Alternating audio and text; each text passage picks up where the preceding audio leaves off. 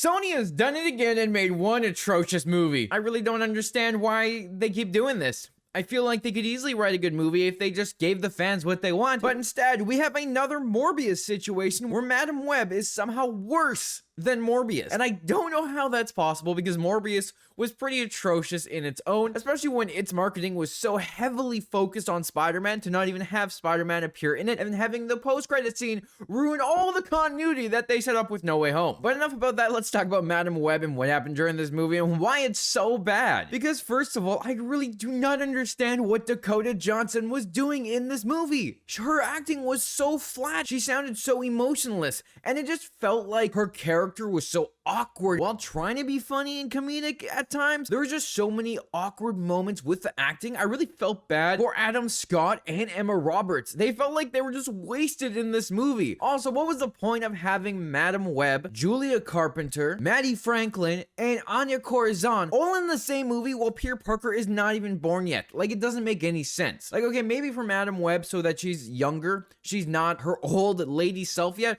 but the other three, Julia Carpenter, I'm pretty sure is older than Peter Parker, but not like 30 years older. And then Maddie Franklin and Anya Corazon, I'm pretty sure are younger than Peter. So the fact that we have these characters set in 2003, not even with their powers yet, without the main focus of Spider-Man, a lot of stuff just didn't make sense right off the bat. But you know, pushing that aside for this movie that really didn't need to be made, I feel like we didn't actually need an origin story for Madam Web, or at least an entire movie for it. And the thing is, Ezekiel Sims just seemed like a very terrible villain, because we literally just see him take out Cassandra Webb's mom because he was trying to get the spider from the Spider Clan that was in the Amazon. And the fact that we have the Spider Clan who actually have spider powers hopping around was just weird in itself, and they looked so odd as well. It was such a weird opening to the movie that I was not expecting and just felt so out of place with the rest of it, especially when they go back there later in the movie and then it's not at all the same. However, having Ezekiel Sims be cursed because he stole the spider and got his powers was kind of an interesting plotline if they did it properly, but him being able to see the future and his death kind of didn't make much sense. Honestly, just felt like a convenience plot point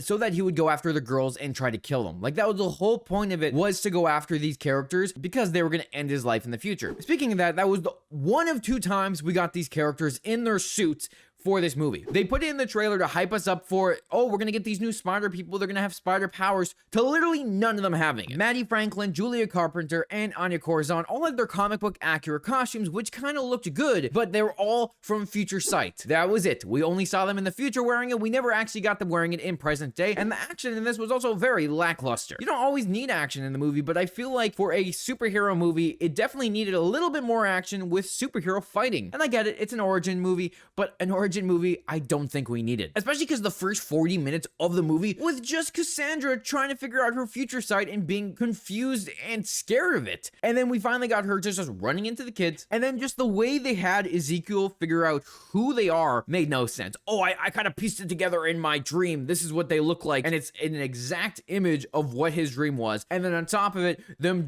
going and being like, okay, this is what they look like in today's day and age, and having the high schoolers show up. Like, it just made no sense. All the plot they did in this was just like, okay, we need to push the story forward, so we're gonna have everything just fall into place, like, no problem. No, nothing that's really too hard, it's just gonna happen like that, with no explanation whatsoever, especially because this is taking place in 2003. The tech just did not make sense for the time. Also, the way they did the visions was so off. We had Cassandra going in the train. It showed Anya showing up, and then it went back to her starting in the train again. Another person shows up, and then Julia shows up. Reset it all, then Maddie shows up, and another person shows up, but the other people were still in the train while Maddie and Julia hadn't entered yet. However, it didn't make any sense how they were showing the future sight on screen, and it just felt like a chaotic mess. And the fact that when they were running away and Cassandra was like, that's your emergency, and it's just Ezekiel crawling on the roof in his spider suit, looked atrocious. It looked so bad, and just everything about that scene was horrible. The acting was so rough, it felt awkward, it felt out of place.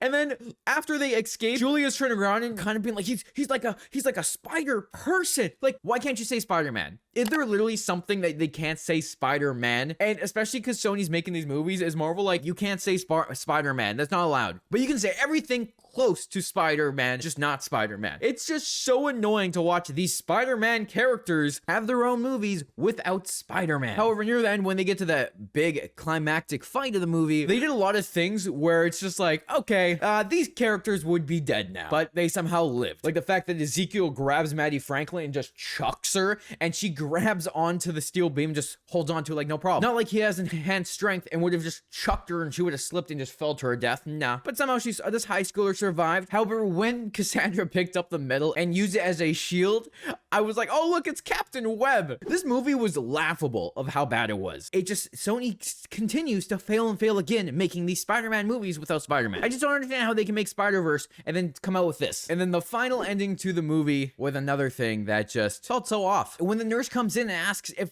all the girls were immediate family, and Cassandra's like, they're mine. Technically, Madam Web is kind of watching over the spider people, but it just felt so odd where she just took these teenagers and now claiming them as hers, and they're one happy family because they're all kind of abandoned by their other family. Like, seriously, what's going on? She just takes these kids in, turning them into superheroes. We don't actually know how they get their powers in the future, but we see the future with them wearing their costumes, and then Cassandra wearing a red suit, just like her comic book costume as well. You know, I can give it to Sony to give them their comic book accurate costumes. I'll give it to them being able to do that. However, they didn't actually, they didn't actually have powers at all during the movie or did anything spider related except for Madam Web's future sight. So I guess this was a movie.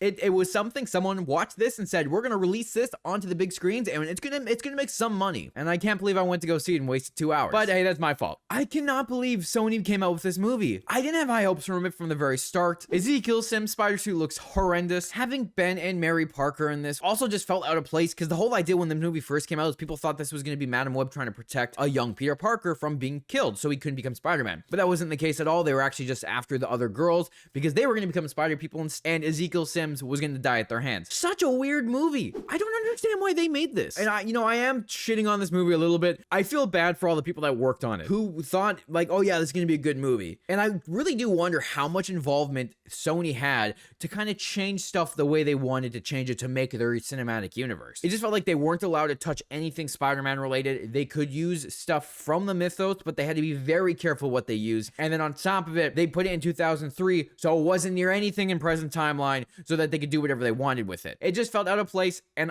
I am not looking forward to seeing the other Sonyverse movies coming out this year, which are Venom 3 and Kraven the Hunter. At least the Venom films haven't been completely terrible, but there have been a bunch of things during both movies that I've kind of not liked. However, hopefully they fix some of that stuff in Venom 3, and hopefully they follow what happened at the end of No Way Home. But we'll have to wait to see that. Kraven the Hunter, though, I don't really have high hopes for that one. I don't think it's going to do good, but we will talk about that when it comes out. However, before we end this video, it did have some Easter eggs in it that I kind of want to mention, which, they had a couple. The fact that Ben Parker references meeting someone he's serious about, which would be May, getting into his relationship with Aunt May. I mean, we had Mary Parker being pregnant with Peter in this. Cassandra wears a red jacket throughout the entire movie, referencing her red look from the comics, but also referencing the red jacket that Julia Carpenter wears in the comics as well when she becomes Madam Web. And of course, we had the actual comic book accurate costumes for all 4 of them, which did look semi-good. Now, will we ever see those again in live action? Probably not. We got an Uncle Jonah references from Maddie, because Maddie Franklin is J. Jonah Jameson's niece, and the Spider Clan from the beginning is a reference to the comics because they made their appearance in the 2001 Peter Parker Spider-Man comic, and they did worship the Great Weaver, which weaves the web of life, which gives the Spider Totems their power. So a little connection there, and it's still managing to slightly connect to Spider-Verse and all the Spider-Man characters.